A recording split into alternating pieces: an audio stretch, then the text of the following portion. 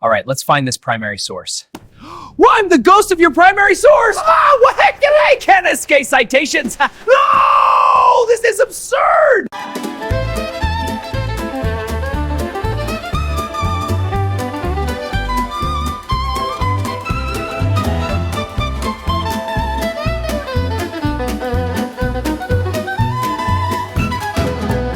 Prologue is polished, the premise demolished, the myths of the mid-century structuralist. But tenure is fleeting and logic is retreating when facing a grim-faced and gutturalist. I'm parsing the parlance of partisan scholars who argue in journals for pennies and dollars with primary data that's missing a beta and tightening academic collars. My summary's nimble, a semiotic symbol of something profoundly essential, yet somehow the formatting's causing a traumatizing loss of my mental potential. I've mastered the jargon, but here is the bargain. The brilliance is purely secondary to whether the dash in the middle is smash in the teeth of the style guide's legendary. Oh, the bibliographic topography, the scholarly choreography is mostly a test of your patience and less of a quest for a grander philosophy. We're drowning in APA 7, seeking a path into heaven by placing a comma where mama once told us that only a period should be. It's a rhythmic and ritual dance for the cynical, climbing the clinical tree to a citable, quitable, slightly unwritable, peer-reviewed epiphany. I sent off a draft to a fellow whose craft is the art of the petty and punctilious. He replied with a sneer and a digit or gear that was notably bloatedly bilious.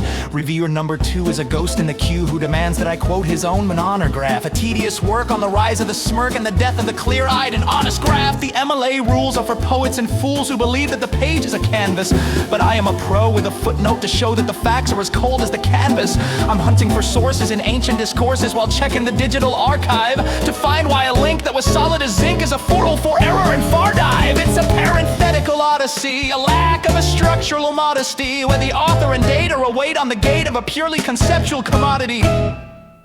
The Chicago Manual's annual update is designed to induce a paralysis of every refined and carefully lined bit of narrative-driven analysis. Should the title be bolded or gently enfolded in quotes that are double and curly? I'm losing my hair and I'm gasping for air and I'm waking up cranky and early. I cited a ghost in a Sunday Post Gazette from the year 1920, but the volume is thinning and the margin is in and the errors are certainly plenty. If I misplace a bracket, the whole of the packet is tossed in the bin of the rejected, while the core of the thought is a thing that is not and remains entirely undetected. Behold the dactylic velocity of every academic atrocity, the semicolon's volatility, the index is total futility.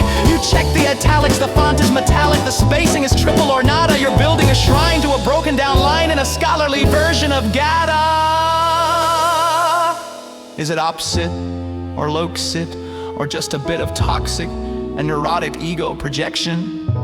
A labyrinth built for the sake of the guilt and the fear of a minor correction. The list of works cited is rarely invited to stay for the party or dinner. It's just a long tale of a scholarly whale that is looking increasingly thinner.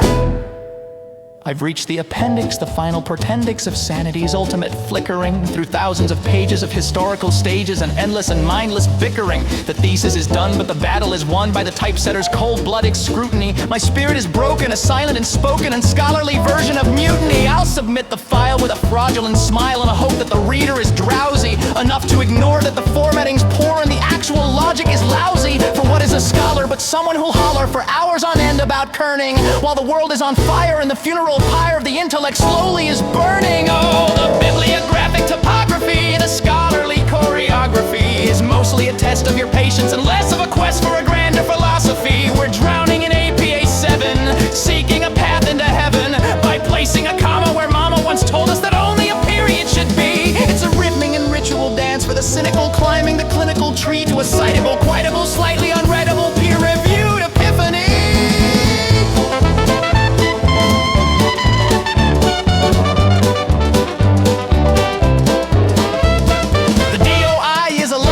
Sky, an alphanumeric and slightly esoteric way to say goodbye. I'm closing the folder a decade or older than when I first started to cite. May the font be your guide and the margin be wide. In the middle of the scholarly night, reference withdrawn, wait for the dawn. The abstract is vague, avoid it like plague. Check the italics, avoid the phallic.